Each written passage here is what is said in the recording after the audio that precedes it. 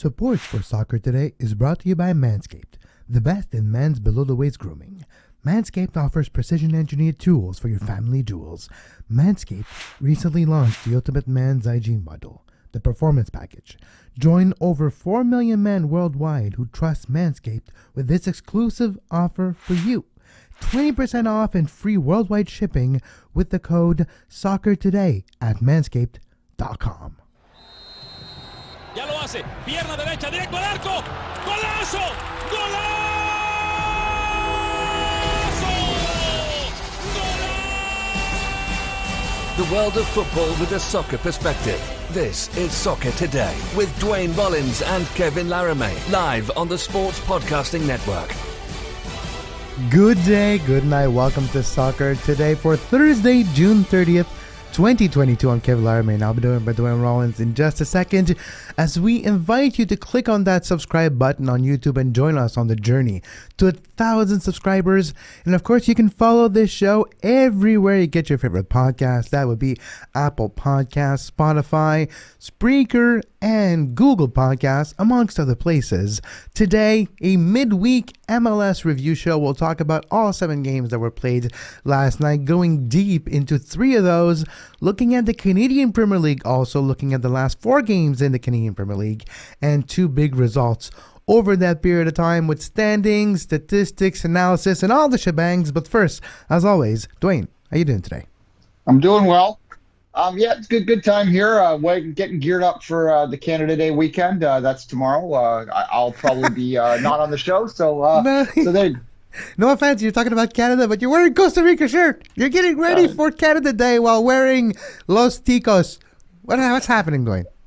Yeah, no, this shirt, I should thank my friend Bridget. She brought this back from Costa Rica for me as a thank you for helping her out and some other things. So thanks, Bridget, if you're watching, which I know you're not, but thanks anyway. There you go. No, I like to mix up the shirts. If anyone wants to donate me a shirt, I'm happy to wear any team in the world, save one. If you know what my English affinity is, you'll know what that one team is, and I will wear it on the show. I'll wear Impact / CF Montreal shirts. I'll wear Whitecap shirts, anything you want, but just not Manchester United. And how you can maybe get Duane to wear Manchester United is doing a friendly wager saying, okay, if United beats City this year in the standings, I'll wear a United shirt for one show. If someone donates a significant amount of money to a charity of my choice, then I would consider it. But other than that, I'm not. Exactly. Anyways, we'll put it out there. Who knows? Or just donate personally to you, and then you'd be like, okay, I'll do it. That also works. I mean, I have some ethics, so I'm going to say no to the latter one. Although any other shirt, I'm happy to promote your company out there for money. Sure, we'll talk about more of that later on the show. Let's look at the overall results in MLS yesterday, as we had a pretty busy day in Major League Soccer. 7 games took place. Montreal was playing, Toronto was playing. We'll break those statistically later. We'll also look at Cincinnati and NYCFC, a crazy game in Ohio, 4-4. It was 3-3 at halftime. It was 5-4 for a second. VAR decided otherwise. We'll break that one down statistically also. But Duane, let's look at the overall scores. I know you watched a lot of the games last night. Chicago, Philadelphia, a surprise victory by Chicago at home, 1-0 against Philadelphia. That one bad result may cost momentarily the top of the East to Philadelphia. Big win for Chicago. Yeah, look, Chicago deserved that game. They were full measure for it. It was a bit of a flat performance by Philadelphia. Surprising considering their big result on the weekend. It sort of underlined to me that when it comes to the Union, although I appreciate that they have a good system going there, that the program they've created there is effective, and I think it's going to result in them always being in and around the top half of the Eastern Conference, but I'm not convinced that they will ever be the best team in Major League Soccer at any point unless they change that philosophy up a little bit, because they're either going to get rid of players they developed and are going to be able to put them over the top before they're ready to, or they're just not going to spend to bring guys in to replace them that can do that as well. I think that showed a bit. You can get up, you can have a good result, you can lay down your claim, but then the next day you go flat against what was heading into that game the worst team in the East. Chicago, as I said, they created some chances in this, and if it wasn't for Andre Blake, this could have been a more lopsided score, and it was a full measured win for the Fire, who proved with this result that the East, as we've said all year, this is the theme of the year, is who wants it? Because there's a lot of teams. Who doesn't want it even? Because I don't think anyone's out of it either. Even Chicago, even Toronto, even the teams that have struggled a little to start the year because of, there's chances to make additions in the window, and who knows what you're going to do because no one's truly running away from it. If you're at the bottom right now, you're not going to get to the very top, but you can certainly get top 7, and then I think the playoffs is just going to be a crapshoot in the East. Yeah. Well, Montreal for now is top of the East, and we'll break that down later on the show. LA Galaxy, a 2-3 defeat at home, losing to Minnesota. First of all, the Galaxy had a red card to Kevin Cabral. Minnesota, big injury to Kervin Arriaga, but Minnesota got to a 3-0 lead. The deficit was cut down late in the game by a penalty, but a win for the Galaxy. A win for Minnesota against the Galaxy. And that was the first of 2 games in LA. LAFC was playing Dallas in a 3-win victory by the Black and Gold, with Chiellini leading a chant with the 32-52. But the Galaxy losing at home against Minnesota, that doesn't really change a whole lot in the Western Conference for now, but it's a trend. The Galaxy are not really firing on all cylinders right now. That game was, I don't like to make games about the referee, but this game was defined by a truly terrible red card call. I don't know how Mar backed it up. Clearly, if you haven't seen it, it's a bang play with the keeper. He jumps over St. Clair, kind of nicks him in the face, but it's not a kick. It's a soccer play. It's really one of those cases where slowing things down to the extreme, I think, ends up hurting the game because you get caught up in incidental contact when a player is clearly trying to get out of the way. That is not the spirit of the result. This is not a dangerous play. It's a soccer play. He's charging in to get a loose ball. When he sees the keeper gathered up, he jumps over him. As he's jumping, the feet nick the head. That happens sometimes. That is not dangerous play. That is soccer. Yeah. Well, of course, but yet it gets called a red card.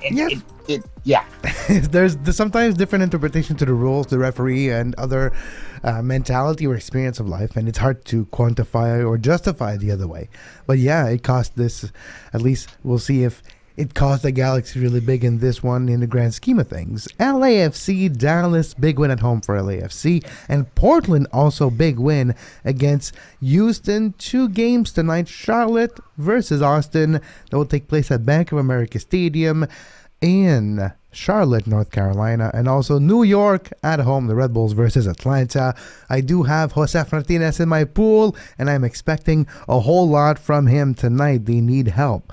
But Duane, last night, what caught my attention and what caught the attention of many experts around the league is the shot across the bow for the entire league is Montreal going to Seattle, getting a win, a comeback win for Montreal, and this was their 6th win all-time versus the Seattle Sounders in their 8th game. They have a record of 6 wins, 2 losses, and 1 draw versus the Seattle Sounders. I guess Montreal is Seattle's black sheep. Mason Toye celebrating his first start since August 14, 2021. He also scored his first goal and then his second since August 4th, 2021. Mason Toye celebrating a great comeback for him, an early 4th of July present. Maybe he'll be doing the same on Monday in LA when the glitz and glamour of Hollywood or Carson City will be celebrating his Independence Day as being an American player. Mason Toye, the big component, maybe the striker Montreal was missing all along. Impressive win for Montreal on the road, Duane. Oh, Mason Toye coming back is the story, obviously, here. Montreal has not had the most luck when it comes to keeping everyone healthy at the same time. Montreal's greatest strength this year is that they have, in many ways, been the most... they're on top of the East, so we can say this. They've probably been the most consistent team. They haven't had a lot of real big dips. Maybe they had a little bit of a dip over the last 5 games heading into 2 ago. So I guess going back 7 games, they had a bit of a 5-game kind of spread there where they only had 1 win, and you're including some cup play in that when I do that. But they seem to turn it around a little bit now. 2 wins in the trot. Maybe that justifies Nazi's decision to the dress a Canadian very Championship, experimental lineup, we'll call it, against Toronto in the Hey, Voyageurs Cup. Experimental is actually being quite nice to that lineup that he chose to use on that day. We see the standings on top of your screen right now.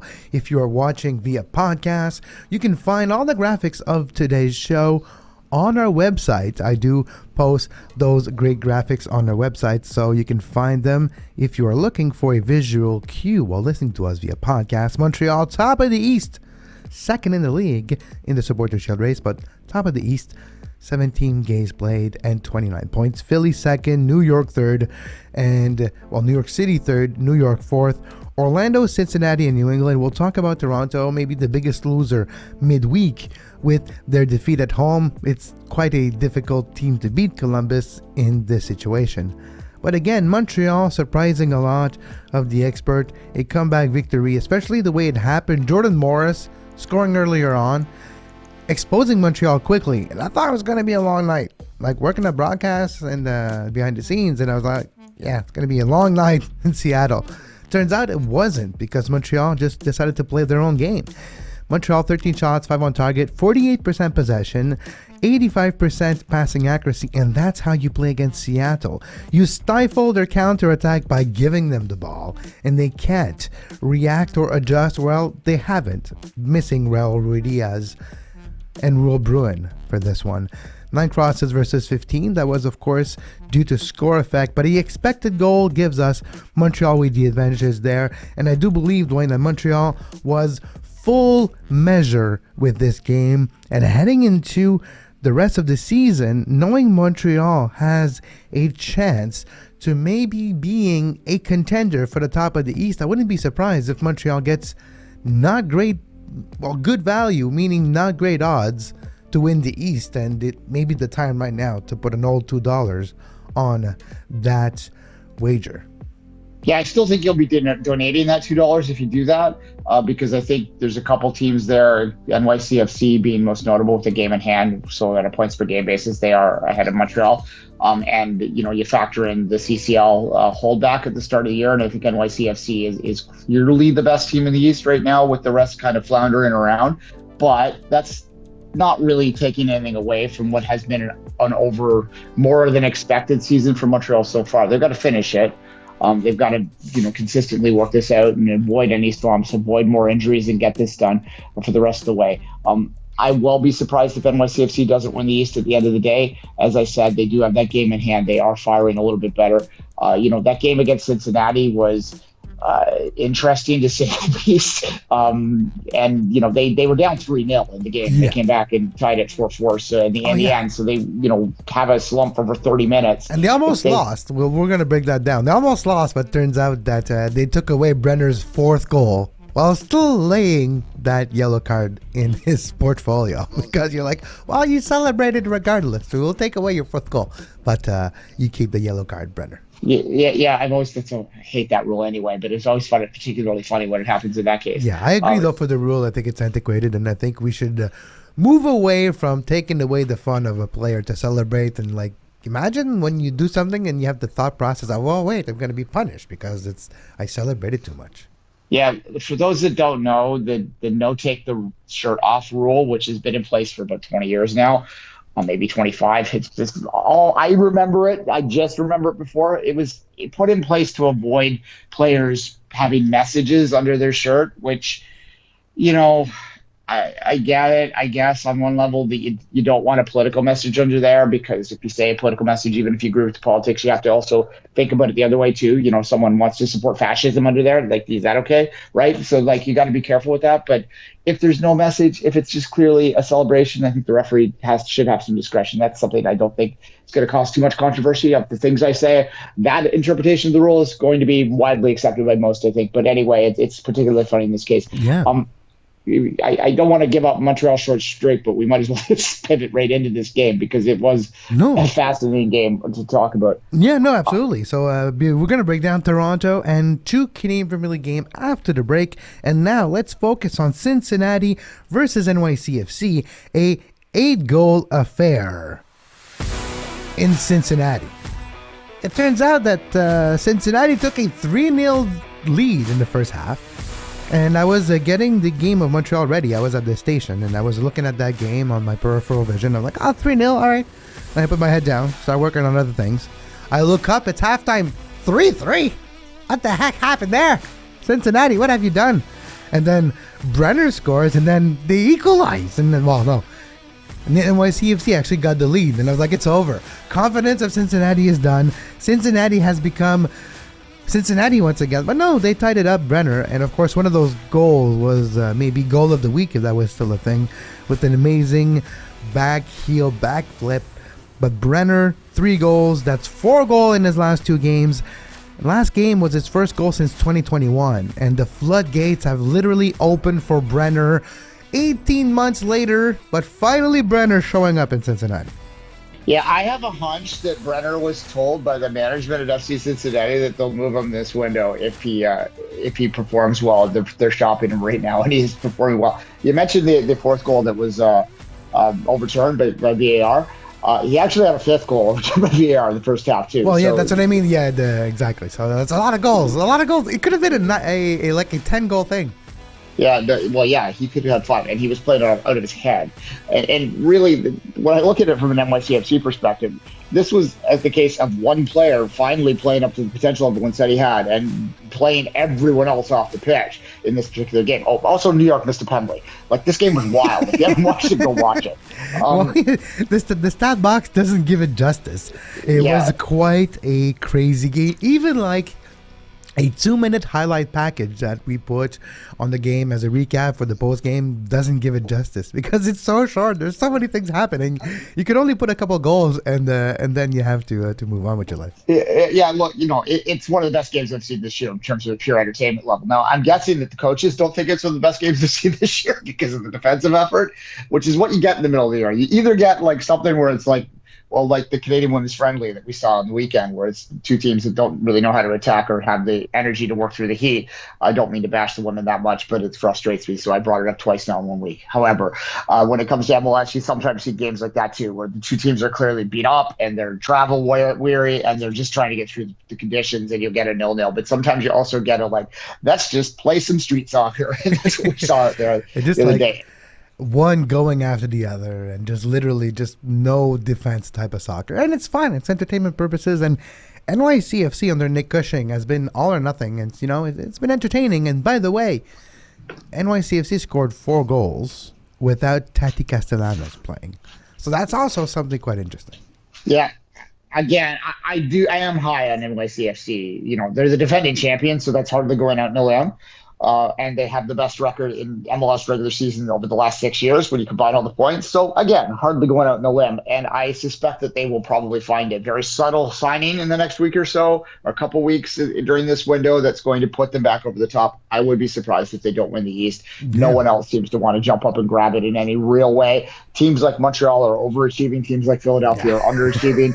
It's theirs to lose for sure. But look, this game was phenomenal to watch. It's everything that MLS could be. When next year, when it's on Apple, hopefully someone in Romania one day turns that on and goes, "What's this?" And there it is. Oh, that's great. Well, hopefully it does happen. We'll see. By the way, we'll see where things and all the chip lays, and that's an interesting topic for another conversation one day about Apple and all the things that are happening, of course, regarding all the broadcasts. But for now, it is time to talk about our sponsor, Manscaped. Manscaped is the worldwide leader in men's grooming product. It has been trusted by over 4 million men worldwide.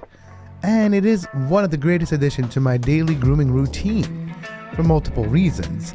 And the Performance Package 4.0 has been launched by Manscaped a few months ago, and it's available right now with 20% off and free shipping with the code SOCCER today at manscaped.com. One of the best aspects of the Performance Package 4.0 for me is the anti-chafing boxers that come with, of course, the pièces de résistance. The pièces de résistance is the Lawnmower 4.0, but the anti-chafing boxers are a helpful addition to my athletic routine every day, going to the gym, playing soccer. Very useful. Talking about the Lawnmower 4.0, it is an amazing product. It is waterproof. It is protected, meaning you're not going to cut and injure yourself. It is better than other products on the market in my experience and with my usage. And I love that it has a light. I love that it's waterproof. You can use it in the shower and it makes for a perfect experience. You can truly unlock your confidence with this tool. Also coming with the Performance Package 4.0 is the Weed Whacker, perfect tool to clean your nose, your ears, and to make look and feel proper with Manscaped. Also, the ball deodorant, yes, it's just what its name says it is. Amazing product. Same for the toner that helps you revive. At the end of the day, whatever is needed to be revive. And you can find all that and more at manscaped.com with 20% off with the code SOCCER today and free worldwide shipping. That is 20% off and free worldwide shipping with the code 20% off. No, the code is SOCCER today, but 20% off at manscaped.com. We'll be right back after this short break. You are listening to Soccer Today. Follow us on Twitter at SoccerTodaySPN and like our Facebook page, facebook.com/Sports Podcasting Network. And we're back on Soccer Today as we say thank you to great human beings giving us a financial support on Patreon. And you can join the shout out tier at patreon.com/2solitudes. Thank you, Pierre, Patrick, Martin, Jordan, Ian, Gonzalo, Glad, Dennis. Yes, that's you, Dennis. I love to say the name Dennis. Hello, Dennis. Looking forward to meeting all of you one day. Shout out to Dan, Sean, and let's go, boys! Blue Collar Dan. Thank you, as always, for tuning in live as we go through the results from last night. In Major League Soccer, Duane, last night, Toronto FC at home was down 2 goals. They cut it down to 1, but it wasn't enough for TFC. Golazo by Columbus in this one. A defeat for Toronto, and Toronto back in the bottom of not the pure bottom, but in the bottom part of the bottom half of the standings. Was it a Golazo or was it a keeping error? Because well, I'm not going to argue with you on that, especially Bono was playing and it wasn't Kante Westberg, it was Alex Bono. So we should have a bumper at this point that is Duane bashes Bono, and sometimes, of course, legitimately, but Duane bashes Bono. Yeah, look, if you haven't seen the goal, it's a long shot. It is a very well taken hit. He hits the ball very well, the Columbus player. Sorry, forgive me. I didn't, goal scorer just escaped my name, but you can probably find that for me and let people know after I'm finished talking. But it's a well hit ball, but it's in the middle of the goal at hand height. Like a professional keeper should punch it out. However, that's hardly the point. I don't know what more to say about Toronto right now. Toronto is what they are, which is a below-average MLS team that is young and is struggling to find it. Well, it's young in key spots and it's old in key spots, so it kind of is a bad combination. And it doesn't have great keeping, which, regardless of who's in, I mean, I like you, but I like you more, is what I should say. Yeah, it's not like you think he's the best in the league, but if you have a choice between Bono and Q, you're going with Q. Yeah, and look, I don't think we can really have a true and honest conversation about TFC until about August, because by that time we'll have seen what the new players will do. And we can speculate. Kevin, I don't want to speak for you, but in the past you've articulated that you're not sure that Insigne and others are going to have the impact that Toronto fans want them to have. And that's a fair assumption. That's a fair guess, but it's a guess. And I think that they might have a bit better of an impact, Insigne in particular, than you do, but that's also a guess, right? So we don't know until we see it. And it's kind of where we're at when we're talking about TFC. This is a typical TFC performance for 2022 so far. I didn't even go to the game. I chose to go to the Forge game. We're going to talk about that later because I kind of guessed that this would be a typical TFC game. They have Seattle coming on Saturday, coming off the loss against Montreal, where they're going to be tired. They are traveling across the country. Why did they schedule it that way, by the way? Why the hell would you? It doesn't make sense. Anyway. A computer thought it made sense somehow. But here are a few stats from this game at BMO Field yesterday. Jesus Jimenez was the sole scorer for Toronto. Sean Zawadisky was the opening goal scorer for Columbus, and Darlington Nagbe with the second goal for Columbus, which turned out to be the winning goal for Columbus at the 30th minute for Caleb Porter, 19 shots, 7 on target, 64% possession for Toronto. A little bit of score effect as it was 2-0 for about 33-minute time between the second goal and, of course, the first goal of Toronto. 17 crosses to 2, expected goal here favoring Toronto, but Toronto not being able to finish more than once, and some say Columbus, like you would say, like you argued already, Duane, did take advantage of a goalkeeper error for the first goal, and the expected goal would also confirm that aspect. You mentioned Toronto and where they are. Let's look at the standings in the Eastern Conference for midweek. After midweek 17, we talked about Montreal, but let's look at the other way. DC United, dead last, but a couple games in hand. They have 15 games played and 14 points. They might climb out of the bottom of the East, but they are so kind of in trouble. 10 points away from a playoff spot already for DC United. Chicago is 13th with 17 points, followed by Toronto at 18 points in 12th position. Do you think Atlanta is going to go higher? They're going to play later today against New York. Is there a chance that Toronto actually has a bigger gap in front of them by the end of the day? Well, I mean, probably, maybe. Yeah, I don't think Atlanta's particularly good either, though. So, and they keep getting snake bitten with the injuries. I mean, Atlanta on paper, if you eliminate the injuries, is a decent side overall, playoff side, but they can't eliminate the injuries. And I think they have a conversation to have with their medical department about what the hell's going on down there. Sometimes it's bad luck, but this has happened a few years in a row now. So maybe it's not all bad luck. Maybe it's the surface. Maybe it's how you train. I don't know. Something to look at. This is all part of the conversation I've been having all year. There is no one out there that really wants to grab up and take anything here now. Well, except maybe LAFC in the Western Conference, but that's the only one. Precisely, yeah. LAFC is amazing. That game was we didn't really talk a lot about it, but they played just typical grinder, and they're adding 2 players in the next couple weeks, right? They're adding 2 influential players that will help defensively and one that will help offensively.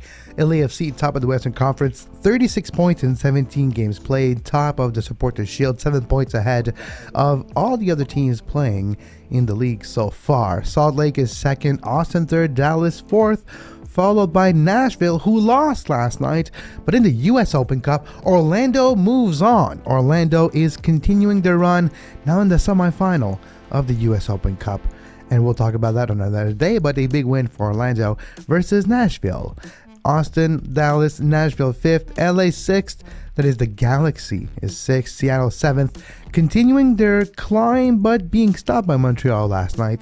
They are now the gatekeepers in the Western Conference with 23 points, but still the game in hand versus other teams in the Western Conference. Portland won a big one last night, which with this win they took hold of the 8th spot. They had struggled before that, now more closer to a playoff spot than not. Houston, Minnesota, Vancouver, Colorado, Kansas City, and San Jose. If you're the Whitecaps, how quickly things change or could change or can't change. It's either going to be a contender, but you need to keep pace, and the Vancouver Whitecaps will need to keep pace.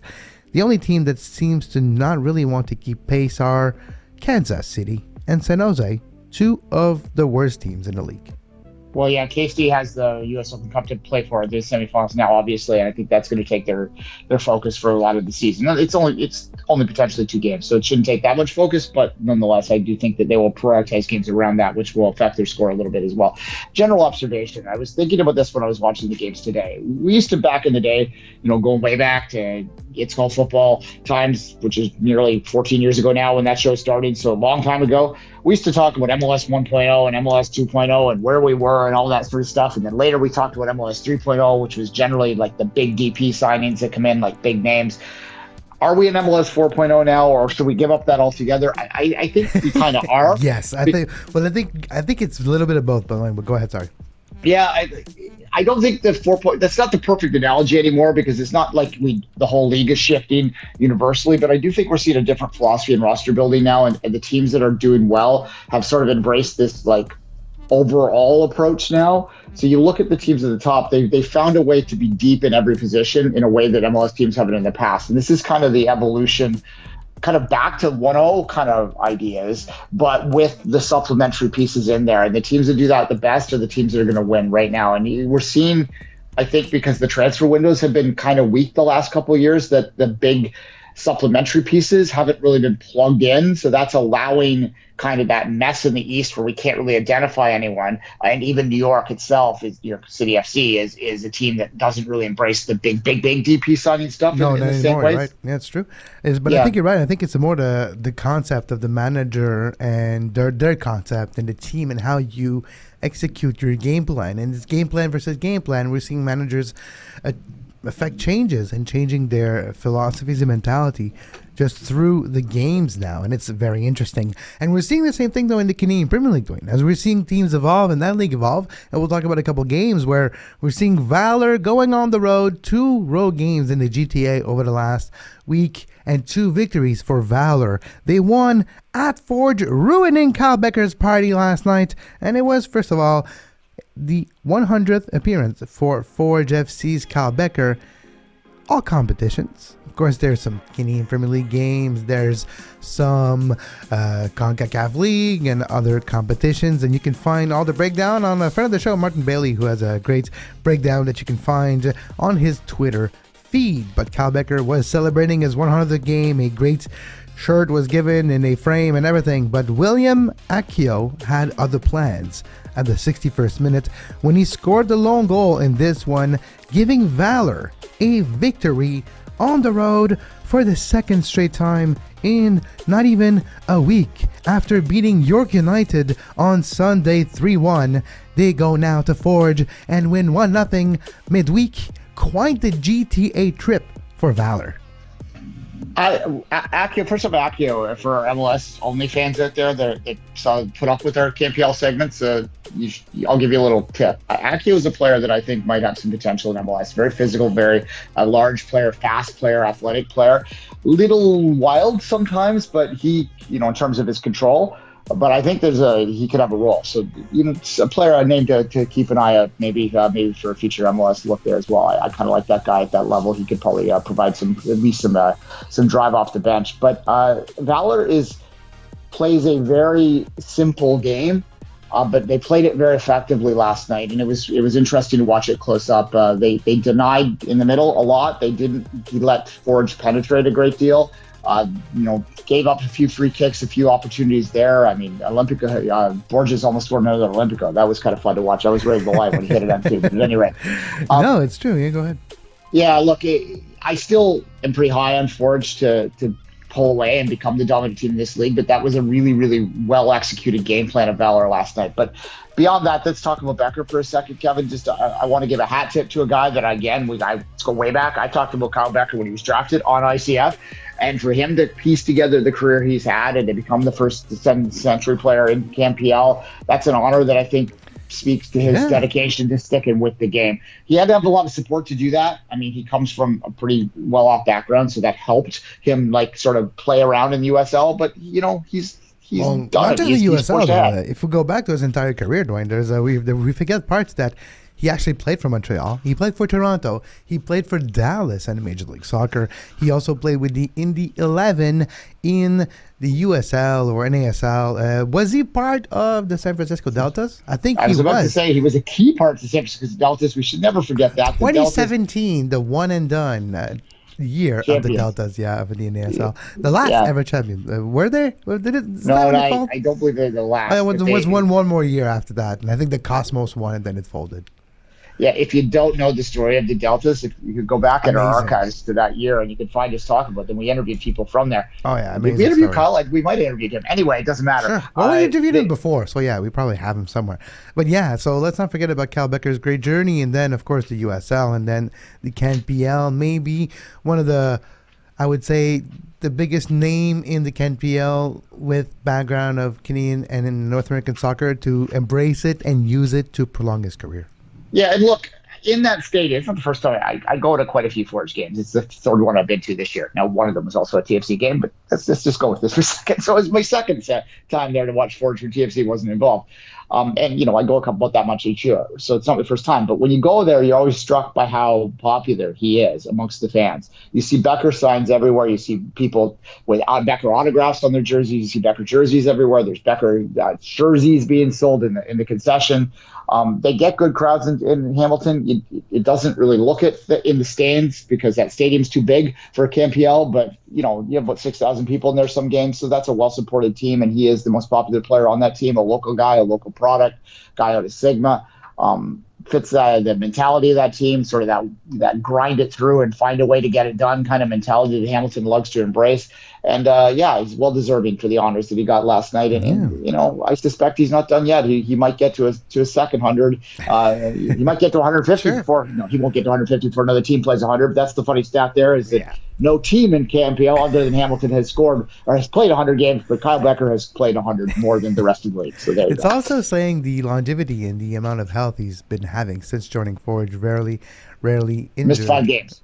Exactly. So here's a couple of the statistics, at least the standings for the CanPL. That is an interesting standings. As of now, Cavalry is quite on a run. The last 5 games is 5 wins. So quite a run for Cavalry FC. Top of the league with a 7-2-2 record. Win-loss defeat, by the way. Win-loss draw, by the way. Pacific is second. A bit of a rut, but still, they had quite the lead. They had like a 6 points lead just a few weeks ago on top of the league, and now they're trailing by 4. Have a record of 5 wins, 4 losses, and 4 draws for Pacific. Atletico Ottawa, the perennial third team this year. They've been third for like most of the year in the standings. Teams vaulting above them and below, but Atletico staying put. Forge is fourth. HFX Wanderers with a big victory we'll talk about in a second is fifth. They had their biggest margin of victory, winning by 3 goals against Pacific FC in the weekend in one of the biggest home versus away travel days, traveling from Halifax to Victoria. Valor is 6th, York United is 7th, and FC Edmonton, with still only 1 win this year, is 8th in the Canadian Premier League. Let's look at what I was just talking about. Pacific versus a good team, but maybe not as successful than anticipated. Quite the journey. Halifax winning 3-0 in Victoria.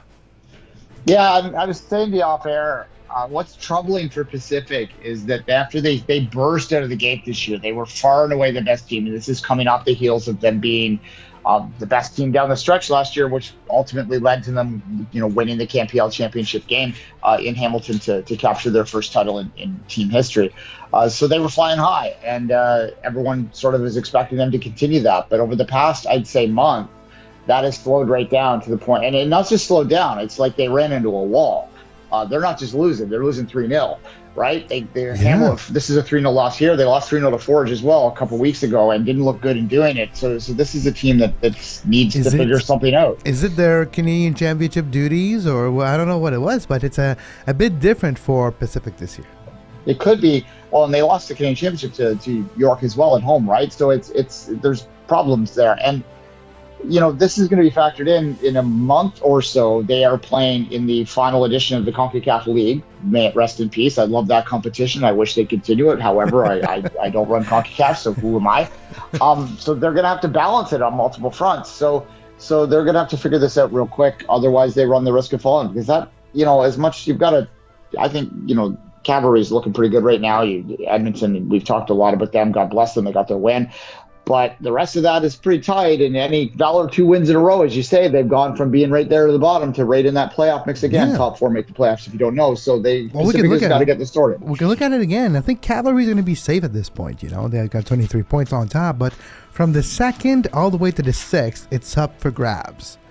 From Pacific to Valor, York is trailing a bit, and York maybe is feeling the brunt of their Canadian Championship run, having to deplete their roster, a smaller roster than the other teams, and they made it all the way to the semifinal before losing to Vancouver in that semifinal. And of course, the final of the Canadian Championship will take place on July 26th at BC Place between the Vancouver Whitecaps and Toronto FC.